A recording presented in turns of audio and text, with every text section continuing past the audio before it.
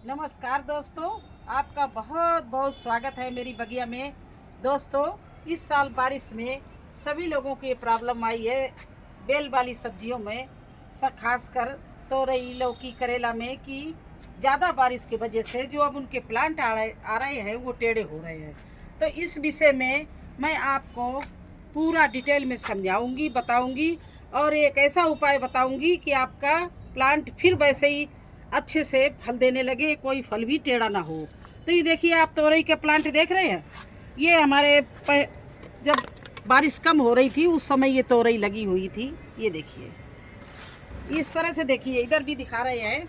और मैं हार्वेस्टिंग भी की, वो भी इसी तरह से स्ट्रेट बिल्कुल बड़ी बड़ी तोरई लगी हुई थी। ये देखिए इस तरह से। इसके बाद ज़्यादा बारिश होने लगी तो क्या होता है, ये देखिए, अब ज़्यादा बारिश के बाद में ये तोरई देखिए आप टेढ़ी हो रही है, ये बिल्कुल गोल हो रही है। देखिए, ये देखिए इधर से ये गोल हो रही है, जो आगे दे आ रही हैं वो भी गोल हो रही। क्यों हो रही है उसका रीज़न मैं आपको पूरा बताऊंगी और इसका ट्रीटमेंट भी बताऊंगी। ये पेड़ बहुत अच्छा चल रहा मेरा, आगे तक तोरई तोरई है सब, लेकिन थोड़ा सा सभी जो छोटी लग रही हैं वो भी थोड़ा सा गोल हो रही हैं। ये देखिए, ये छोटी लग रही है, ये भी आगे से गोल हो रही है। तो क्यों हो रही है, इसका रीज़न है कि जो पौष्टिक तत्व थे इसमें, वो पानी में इतना ज़्यादा पानी पड़ा है, इतना पानी देते नहीं हमें जितना पानी इसमें पड़ा है। ये देखिए इस तरह से बिल्कुल। तो ये क्या है, बढ़ने की जगह ये टेढ़ी हो रही हैं क्योंकि इसमें पौष्टिक तत्व कमी है, जैसे कैल्शियम, आयरन और फास्फोरस, नाइट्रोजन, ये सब चीज़ों की कमी हो गई है। क्योंकि ये देखिए, पहले स्ट्रेट क्यों आती थी, अब गोल क्यों हो रही। बस एक ही रीज़न है कि पानी में इनके जितने भी पौष्टिक तत्व मैंने मिट्टी में मिला के इनको बनाया था, प्लांट लगाया था, वो सारा पानी में बह गया। तो ये इनको पूरा भोजन नहीं मिल रहा है और ये बेल भी बहुत अच्छे से बढ़ रही है। तो हमारे फल जो तोरई में फल लग रहे हैं उनको पूरा पौष्टिक तत्व नहीं मिल रहे हैं, जिससे वो आ तो रही हैं लेकिन टेढ़ी हो रही हैं। नहीं तो ये पेड़ जिस हिसाब से अच्छा चल रहा है, इसमें तो इतना ज़्यादा फल आएगा कि हम खाएंगे और हमारे पड़ोसी भी खाएंगे, तब भी ख़त्म नहीं होगा, आगे तक जा रहा है। देखिए कितना लंबा। और इसको मैंने रस्सी से इस तरह से बांध दिया। अगर आपको इसी तरह से आपके भी प्लांटों में गड़बड़ी हो रही हो तो केवल एक चीज़ इसमें मिला के डाल दो, और कैसे डालो वो भी बताएंगे और उसका इलाज भी बताएंगे। उसमें हर चीज़ होती है, जैसे कैल्शियम, आयरन, फास्फोरस, नाइट्रोजन। ये सब इन्हीं की कमी की वजह से ये पत्ते भी पीले पड़ते हैं। देखिए, इसके पत्ते भी थोड़े थोड़े पीले पीछे से पड़ रहे हैं, ये देखिए। और इनके फल फूल जो हैं वो भी झड़ रहे हैं। ये देखिए इस तरह से इनका। अब हमें इस चीज़ को डालना था तो मैंने सोचा क्यों ना मैं आपको भी बताऊं। तो ये देखिए मेरी इसकी प्लांट की जड़ें, और अब इसमें हम वही चीज़ मिला के डालेंगे जिससे इसमें सारी चीज़ें मिल जाएं और ये पहले जैसा प्लांट फिर अपने फलों को, पत्तों को, इसकी रूट्स है उतना ही भोजन दे ले जितनी उनको ज़रूरत है। जब हमने जड़ के पास हम डालेंगे तो पूरा प्लांट वहीं से भोजन लेता है, अपने रूट से ही। ये तोरई का प्लांट या बेल व करेला का प्लांट या लौकी के प्लांट सब जड़ से ही उनको भोजन मिलता है।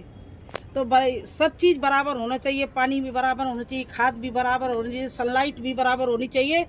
और इसके लिए जो इनका मिट्टी में पौष्टिक तत्व होते हैं वो भी होने चाहिए, तब जाके फल और प्लांट दोनों चीज़ें अच्छी चलती है। प्लांट तो मेरा बहुत अच्छा निकल गया, लेकिन उसमें जो पहले फल लगते थे वो बिल्कुल स्ट्रेट बढ़िया लगते थे। अब जो फल लग रहे हैं वो गोल गोल घूम रहे हैं। तो क्यों घूम रहे हैं, क्योंकि उनमें नाइट्रोजन की, आयरन की, कैल्शियम की बहुत ज़्यादा कमी हो गई है।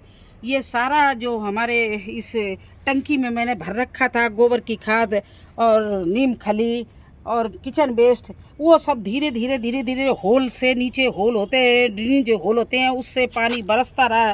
कभी कभी 48 घंटा बराबर पानी बरसता रहा, तो वो सारा बह गया और मिट्टी बिल्कुल निर्जीव हो गई है। तो अब मिट्टी में मैं ऐसी चीज़ें डालेंगी जिसमें मिट्टी उपजाऊ हो जाए और हमारे प्लांट को पूरा पोषक तत्व दे। तो ये मेरा आजमाया हुआ नुस्खा है और इसीलिए आपको बता रहे, देसी दवा है, ऑर्गेनिक दवा है, ये कोई बाहर से मार्केट से ख़रीदा हुआ सामान नहीं, और ये आप लोगों सभी को मिल जाएगा और आप लोगों के पास होता है। तो चलिए अब उसको बनाते हैं।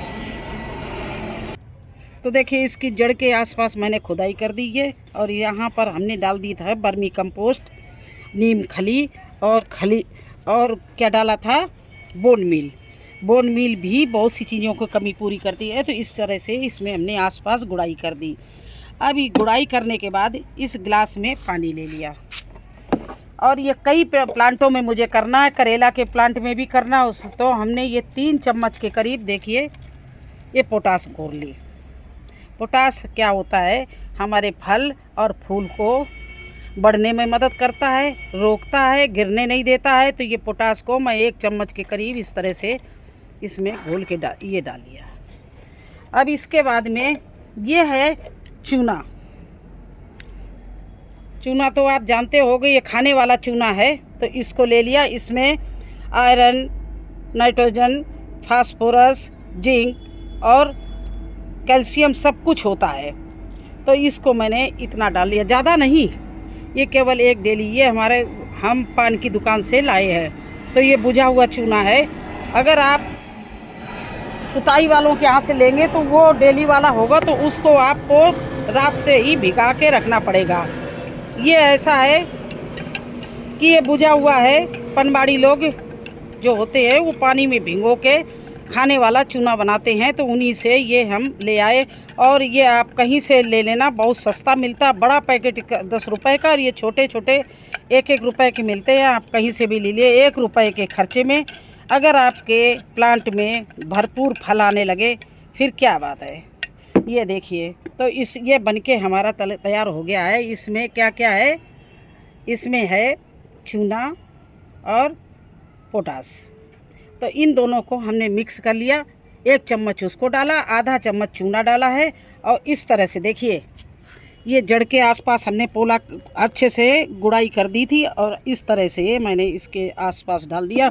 बिल्कुल जड़ पर कोई चीज़ मत डालना, कोई भी चीज़ नहीं डालना, क्योंकि जड़ के आसपास 2-2 इंच छोड़ के ही चाहे कोई खाद डालना, पोटास डालना, चूना डालना, कुछ भी डालना, 2 इंच जगह छोड़ देना, जिससे आपके डायरेक्ट जड़ में जाने से पेड़ चल भी सकता है। ये आसपास मिट्टी में पड़ा होगा तो धीरे धीमे ये जाके असर करेगा और आपकी मिट्टी को उपजाऊ बनाएगा, उर्वरक बनाएगा और वो आपके प्लांट को पूरा पौष्टिक तत्व देगी। इसलिए इसको डालना, ये आपका बहुत जल्दी असर करेगा।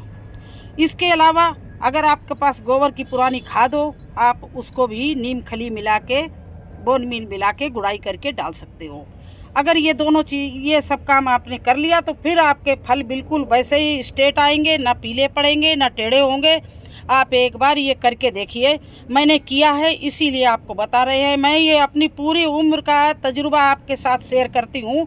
ये वीडियो बनाने के लिए केवल नहीं काम करती हूँ, ये मैं अपने प्लांट की भी सुरक्षा करती हूँ। और जब प्लांट के लिए केयर करने आती हूँ जब भी मैं आपको इस तरह के वीडियो बना के दिखाती हूँ, जिससे आप अगर कभी आपके प्लांट में कोई रोग लग जाए या आपके प्लांट के फल अच्छे ना आते हों तो आप लोग भी उसकी केयर कर सको, उसका इलाज कर सको, इसलिए बनाती हूँ। और इसी महीने में अभी भी आप तोरई की बुआई कर सकते हैं। देखिए ये नीचे गमले में मैंने तोरई लगा भी रखी है। ये देखिए 2 प्लांट निकले हुए हैं, एक ये निकला एक ये निकला, ये दोनों प्लांट देखिए निकले हैं। तो आप लोग भी अगर तोरई ना लगाई हो तो सर्दी के लिए तोरई बो दीजिए। तोरई नवंबर तक अच्छे फल देती है, इसके बाद उसमें काने फल आने लगते हैं, क्योंकि नवंबर के बाद तोरई का सीज़न ख़त्म हो जाता है। तो आप अभी बो देंगे तो आपको अक्टूबर शुरुआत से ही तोरई मिलने लगेगी। अक्टूबर भी मिलेगी और नवंबर भी मिलेगी। तो इसलिए आप नवंबर तक इसका फ़ायदा उठा सकते हो। और वो लाइन वाली तोरई होती है वो तो नवंबर दिसंबर तक चलती है, लेकिन ये चिकनी वाली तोरई में कीड़े बाद में लगने लगते हैं। तो अभी तो इतनी फ्रेश बढ़िया तोरई होगी। और ये तोरई मैंने सीड के लिए छोड़ दी, अब इसको मैं तोड़ूंगी नहीं, क्योंकि ये तोरई काफ़ी दिन से लगी हुई है तो ये पक भी रही होगी। और ये मुझे सीड भी बनाना है, क्योंकि मैं अपने प्लांटों से ही सीड बनाती हूँ। और ये सब तोरई मैं तोड़ूंगी। देखिए पीछे भी बहुत अच्छे से तोरई लगी। इस साइड से अगर दीवार है, इस साइड से दिखाया जाए तो ये देखिए कितनी लंबी लंबी तोरई लगी हुई है। ये लगी हुई है, इधर ये लगी हुई है, इधर देखिए इस गमले के ऊपर कितनी लटक रही है। ऐसा उचका दिया तो देखिए तोरई उधर से भी दिख रही, इधर से भी। तो ये काफ़ी तोरई लगी हुई है, लेकिन थोड़ा सा टेढ़ी हो रही थी तो मुझे चिंता हो गई कि तोरई का कुछ इलाज करूं। और देखिए एक ही पत्तों में ये भी छुपी हुई है। ये देखो तोरई अभी बिल्कुल 2-4 दिन से निकली हुई है। देखिए इस तरह से लंबी लंबी तोरई, कितनी अच्छी तोरई लग रही है। तो इस प्लांट की मुझे केयर करनी थी। मैंने सोचा चलिए मैं वीडियो बना लेती हूँ और आप लोगों को भी दिखाऊंगी कि मैं जब मेरे प्लांट की ऐसे तो सब्जियाँ टेढ़ी होने लगती तो मैं क्या करती हूँ। क्योंकि ये टेढ़ी इसलिए हुई, इसमें कोई कीड़ा नहीं लगा। पास से देखिए आपको पास से दिखाएं, इसमें कोई कीड़ा नहीं लगा। देखिए कितनी चिकनी बढ़िया है, लेकिन ये टेढ़ी हो गई है क्योंकि इसको पूरे पौष्टिक तत्व नहीं मिल रहे हैं। तो आज मैंने कुछ पौष्टिक तत्व डालने की कोशिश की है और इसकी हम अपडेट आपको देंगे। और एक अपडेट और देंगे, प्लीज़ आप लोग थोड़ा धैर्य बनाए रखना, वीडियो में बने रहना। तो फ्रेंड्स आपसे वादा किया था कि परसों मैंने बारिश में, घमासान बारिश हो रही थी और उसमें वीडियो बनाया था कि मैंने अपनी सब्जियां बोई हैं, मेथी, और बोरी से ढक गए थे। तो आज खोलने का टाइम आ गया। देखिए हम बोरी उठा रहे हैं और ये देखिए, ये मैंने एक बोरी हटाई और ये देखिए दूसरी बोरी हटा रहे हैं। और देखिए ये कितनी अच्छी जर्मिनेशन मेथी का हुआ, ये देखिए। क्योंकि आज बादल भी खुले हुए थे, आसमान भी मतलब खुला हुआ था, बारिश नहीं हो रही थी। ये देखिए उधर पालक के जर्मिनेशन देखिए और इधर हमारी मेथी का। ये हमारे पहले की मेथी थी तो मैंने सोचा और थोड़ी मेथी बो दूँ। तो ये हमारी दूसरी मेथी थी, आज निकल के आ गई है। और ये मैंने बोरी से ढकी थी कि बारिश में ख़राब ना हो जाए। ये जैसे मूसलाधार बारिश हो रही थी उसमें मैंने ये मेथी बोई थी।